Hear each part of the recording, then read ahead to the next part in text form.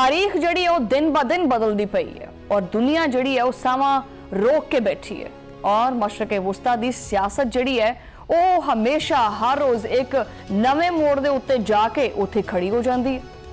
अमरीका और ईरान के दरमियान अमन मुआहदे दीयां तैयारियां हुण तूड़ो तूड़ जारी ने। हुण ये मुआहदा सिर्फ दो मुल्कां दा मामला नहीं है भी इन्हां दा आपसी मामला है, ये पूरी दुनिया दीयां नज़रां दा एक मरकज़ बन चुका है। मुफाहमती याददाश्त दे उत्ते दस्तखत दी तकरीब जिहड़ी है वो तुहानूं मैं दस देवां कि पहले होनी सी जनेवा दे विच, हुण एन टाइम दे उत्ते ये जिहड़ा मैदान है जिथे साइन होने सी वो बदल गया। हुण जिहड़े साइन होने ने वो जनेवा च नहीं होने क्योंकि उत्थे सिक्योरिटी वजूहात जिहड़ियां ना उहदे करके इन्हां नूं स्विट्जरलैंड दी जिहड़ियां पहाड़ियां ने उत्थे एक बड़ा खूबसूरत रिजॉर्ट है बुर्जन स्टॉक एक रिजॉर्ट है उत्थे मुंतकिल कर दिता गया और लुसन दे करीब जिहड़ा है ये दुश्वार गुजार इलाका है जिहड़ा कि दुनिया दे सब तो वड्डे अमन मुआहदे दा गवाह बनेगा और बड़ा खूबसूरत एरिया है। वैसे वो 19 जून की उत्थे तारीख लिखी जाएगी दुनिया की और हैरत की गल यह है कि इस आलमी अमन मुआहदे की मेज़बानी कौन करता पिया?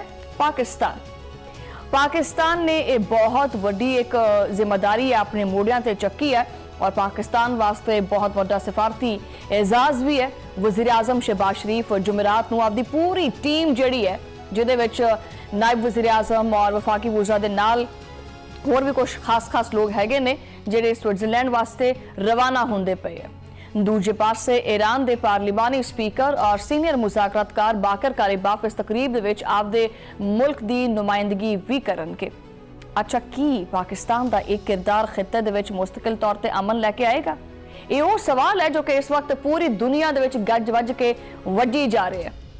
हुण सवाल यह है कि यह मुआहिदा ये जिहड़ी जीत है जिहड़ी फतेह है किहदी होएगी? ईरान कहता है कि जी साडी जित है, अमरीका कहता है कि यह साडी जित है, मगर दोनों मुल्कों ने आपदी जिहड़ी जित का जिहड़ा ढोल है जिहड़ा ढंडोरा है वो पिटना शुरू कर दिता है। ईरान दे विच एक अलग खुशी की दौड़ हैगी है। वैसे तो खैर ईरान की खुशी से बहुत सारे लोग मुतरफ भी हैगे है। ईरानी पार्लीमेंट के कौमी सलामती कमेटी के सरबराह ने इब्राहिम अजीजी उन्होंने तो खोल के इस चीज़ का दावा भी किया और उन्होंने आख्या है कि जी ईरान ने अमरीका नूं आपदियां शर्तां दे उत्ते मुज़ाकरा दी टेबल के उत्ते आने ते मजबूर किया है। ये नहीं है कि असीं उन्हां दी गल मन के टेबल ते बह गए हैं, नहीं इदां नहीं है। असीं उन्हां नूं मजबूर किया है कि आओ जे आउणा है तो इन्हां शर्तां दे उत्ते। इब्राहिम अजीजी का कहना सी कि ईरान दे उत्ते हुण कोई भी आपदी मर्जी मुसलत नहीं कर सकता। यकतरफा फैसलियां दा हुण हमेशा वास्ते जिहड़ा दौर सी ना वो खत्म हो चुके, यानी ईरान ये कहता पिया है कि असीं अमरीका दा लक जिहड़ा वो तोड़ दिता है, मेरा मतलब है आकड़ तोड़ दी है। ठीक है, दूजे पासे अमरीकी सदर डोनाल्ड ट्रंप भी मैदान दे विच आ गए ने और ट्रंप इस मुआहिदे नूं आपदी एक बहुत वड्डी कामयाबी करार दिंदा पिया। वैसे भी तुहानूं पता है कि अगर डोनाल्ड ट्रंप हार भी जाए किसी भी मामले दे विच ते तुहानूं की लगदा है कि वो कह देगा कि मैं हार गया वां? नहीं, वो कभी भी नहीं मन्नेगा।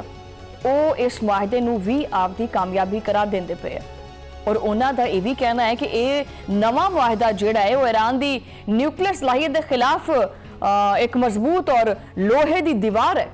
इस मौके के उत्ते साबिक सदर ओबामा दे ईरान मुआहिदे के उत्ते शदीद तनकीद भी की गई है। आपदे मुआहिदे का मुवाजना साबिक सदर के मुआहिदे दे नाल कीता और नाल कीता दावा कि ओबामा का ईरान मुआहिदा मशरक़े वुस्ता वास्ते बहुत खतरनाक सी और वो ईरान नूं न्यूक्लियर जिहड़ा हथियार है वो भी दिलवा सकता सी, मगर जिहड़ा आ मुआहिदा मैं करदा पिया वां ये उदां दा नहीं है, ये थोड़ा मुख्तलिफ है, ये बड़ा महफूज है, तुसी टेंशन ना लो और ये बिल्कुल एन साडियां शर्तां दे उत्ते है। अच्छा, यानी कि हुण इन्हां दोनों गल्लां तो लगदा पिया है कि दोनों आपदी जिहड़ी जित है उहदे दावे करदे पए ने, मगर ये तां हुण वक्त ही दसेगा कि भी असल बाजी जिहड़ी है वो किहदे पासे गई है। ठीक है, ये मैदान किने जित्तिया किने नहीं, लेकिन इस सारी सूरत हाल दे विच बहुत वड्डा झटका लग्या एक बंदे नूं, यानी एक मुल्क नूं सब तो वड्डा झटका लग्या इजराइल नूं, जिहदे करके ये सारा मामला शुरू होया, झटका भी उहनूं लग्या।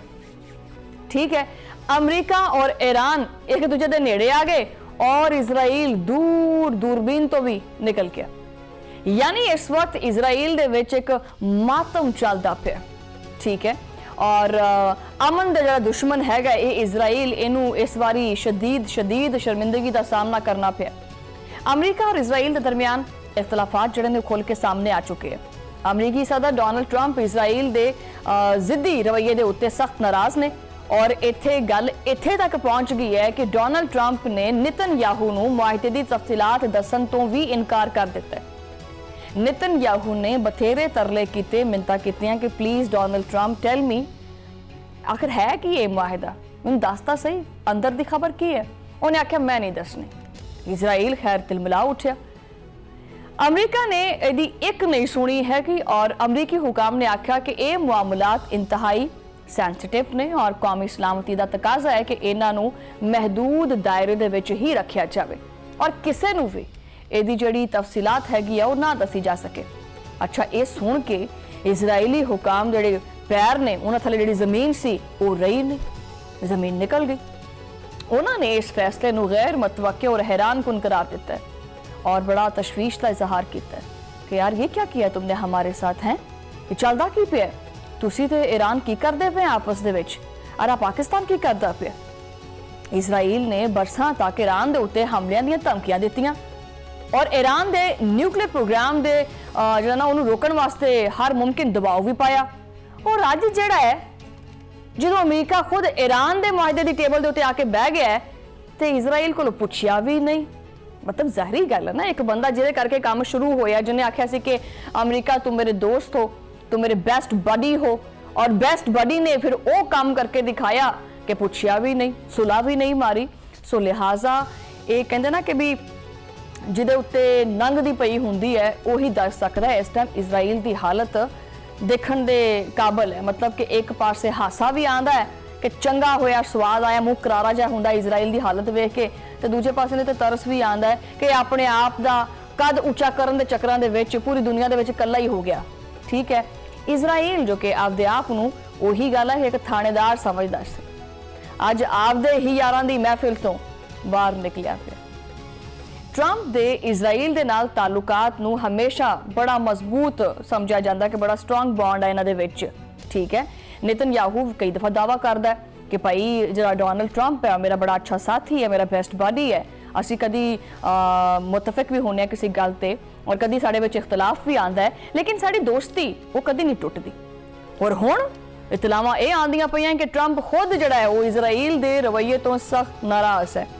अमरीका ने वाज़े तौर पर पैगाम दिता कि मशरक वस्ता की जिहड़ी पॉलिसी है वो इसराइल की मर्जी दे नाल नहीं चलेगी। ये तब्दीली छोटी नहीं है, ये खिते की पूरी सियासत को एक नवी शक्ल दे सकती है। तुसीं ये सोचो कि जिहड़ा मुल्क दहाइयां तक अमरीका की कंन दे विच फूक मारदा रहा, हकीकत सामने आई है तो अज अमरीका ने इसराइल वास्ते आपदे दरवाजे बंद कर ले, वो भी आराम नाल नहीं कीते। बंदा किसी दरवाजे से जाता ना तो दरवाजे नूं ठक करके बंद करीदा तो एक आवाज़ आती है, यानी कि बंदे नूं ये इशारा दिता जाता कि यार तेरी कोई औकात वैल्यू नहीं है तो इथों निकलदा हो। वो कीता, उहदे मूँह दे उत्ते दरवाजे बंद कर दिते। इस सफारती जंग और अमन दी कोशिशां ने आलमी सियासत दे उत्ते बड़े डूंगे, गहरे और देर पा रहने वाले असरात मुरतब किए। और ये मुआहिदा अगर कामयाब हो गया तो तुसीं की समझते हैं कि सिर्फ अमरीका वास्ते चंगा है, तुसीं की समझते हैं ईरान वास्ते चंगा है? नहीं, मशरक़े वुसता दा पूरा नक्शा बदलेगा इस मुआहिदे तो बाद। ईरान दे उत्ते लगियां हुई इकतसादी पाबंदियां खत्म हो जाणगियां। ठीक है, और जिदे करके खिते दी जिहड़ी मैशत है उन्होंने एक नवा राह मिलेगा। लेकिन की इसराइल इस मुआहिदे नूं तस्लीम करेगा या फिर वही पुरानी चाल खेड खेडदा रहेगा? और ये खेड जिहड़ा इसराइल खेडदा है, तुहानूं पता तुसीं तारीख चुक के वेख लो, ये कोई साल 2 साल 5 साल 10 साल नहीं, दहाइयां तो अरसे तो इसराइल हमेशा नवीं चालां बुनदा रहिंदा है। अमरीका दा इसराइल नूं दूर रखना ये चीज़ साबित करता है कि सुपर पावर्स हुण भी आपदे मफादात दे उत्ते पुराने दोस्तां नूं कुर्बान करन दे विच कोई भी ढिल नहीं करदियां। ये मुआहिदा सिर्फ कागज़ का टुकड़ा नहीं है, ये आने वालियां दहाइयां दी सियासत का रुख जिहड़ा ना वो सही करेगा, सीधा पद्धरा करेगा और उन्होंने एक नवी सिमत देगा। और इत्थे ये गल करिए कि पाकिस्तान की मेज़बानी जिहड़ी है वो इस गल का वाज़ सबूत है कि आलमी सियासत के जिहड़े हुण मोहरे ने, जिहड़े प्यादे ने, बदलते पे ने। 19 जून की तारीख दुनिया का रुख बदलने वाली है। देखना सिर्फ ये है कि जिहड़ा बुर्जन स्टॉक है, इहदियां सर्द पहाड़ियां ते ਅਮਨ ਦਾ ਸੂਰਜ ਨਿਕਲਦਾ ਹੈਗਾ ਜਾਂ ਸ਼ਾਇਦ ਉੱਥੇ ਬੁੱਝਣ ਜਿਹੜਾ ਉੱਥੇ ਬੈਠੇ ਹੋਣ ਸਾਰੇ ਇਕੱਠੇ ਹੋ ਕੇ ਤੇ ਨਵਾਂ ਹੀ ਤੂਫਾਨ ਉੱਥੇ ਖੜਾ ਹੋਇਆ ਪਿਆ ਹੋਵੇ। ਇਹ ਤਾਂ 19 ਜੂਨ ਦਾ ਦਿਨ ਹੀ ਦੱਸ ਸਕਦਾ ਹੈ, ਉਸ ਤੋਂ ਪਹਿਲੇ ਦੀ ਭਵਿੱਖਬਾਣੀ ਅਸੀਂ ਨਹੀਂ ਕਰ ਸਕਦੇ। ਇਹ ਪਹਾੜਾਂ ਦੀ ਗੋਦ ਦੇ ਵਿੱਚ ਜਿਹੜਾ ਨਾ ਉਹ ਕਲਮ ਜਿਹੜੀ ਉੱਠੇਗੀ ਜਦੋਂ ਸੈਨ ਹੋਣਗੇ ਔਰ ਤਾਰੀਖ ਇੱਕ ਨਵਾਂ ਸਫਾ ਲਿਖੇਗੀ, ਇਹ ਉਦੋਂ ਪਤਾ ਚੱਲੇਗਾ। ਲੇਕਿਨ ਸਵਾਲ ਇਹੀ ਰਹਿਣਗੇ ਕਿ ਉਹੀ ਗੱਲ ਹੈ ਕਿ ਜਿੱਤਿਆ ਕੌਣ ਹੈ ਇਹਦੇ ਵਿੱਚ, ਕਿਉਂਕਿ ਇਸ ਟਾਈਮ ਜ਼ੇਰੇ ਬਹਿਸ ਜਿਹੜਾ ਸਵਾਲ ਹੈ ਇਹ ਬਹੁਤ ਜ਼ਿਆਦਾ ਹੈ। ਜਿਹੜਾ ਫਾਤਿਹ ਦਾ ਨਾਮ ਹੈ ਉਹ ਕਿਹਦਾ ਹੋਏਗਾ? ਟਰੰਪ ਦਾ ਹੋਏਗਾ, ਯਾਨੀ ਅਮਰੀਕਾ ਦਾ ਹੋਏਗਾ ਜਾਂ ਈਰਾਨ ਦਾ ਹੋਏਗਾ? ਕੀ ਟਰੰਪ ਦੀ ਜਿਹੜੀ ਇਹ ਚੀਜ਼ਾਂ ਨੇ, ਦੀਵਾਰ ਹੈ ਜਿਹੜੀ ਇਹ ਟਰੰਪ ਦੀ, ਉਹ ਈਰਾਨ ਨੂੰ ਰੋਕ ਪਾਏਗੀ ਜਿਹੜੀਆਂ ਉਹਨੇ ਸ਼ਰਤਾਂ ਲਾਈਆਂ ਨੇ ਉਹਦੇ ਉੱਤੇ? ਕੀ ਦੁਨੀਆ ਦਾ ਨਵਾਂ ਹੀਰੋ ਬਣ ਕੇ ਈਰਾਨ ਉਭਰੇਗਾ? ਇਹ ਖੇਡਣ ਵਾਲੀ ਦੱਸ ਸਕਦਾ ਹੈ, ਲੇਕਿਨ ਉਹ ਵਿਚਾਰਾ ਜਿਹੜਾ ਖੇਡ ਤੋਂ ਹੀ ਬਾਹਰ ਹੋ ਗਿਆ ਹੋਵੇ ਉਹਦਾ ਕੀ ਬਣਨਾ ਹੈ ਇਹ ਵੀ 19 ਜੂਨ ਨੂੰ ਪਤਾ ਚੱਲੇਗਾ।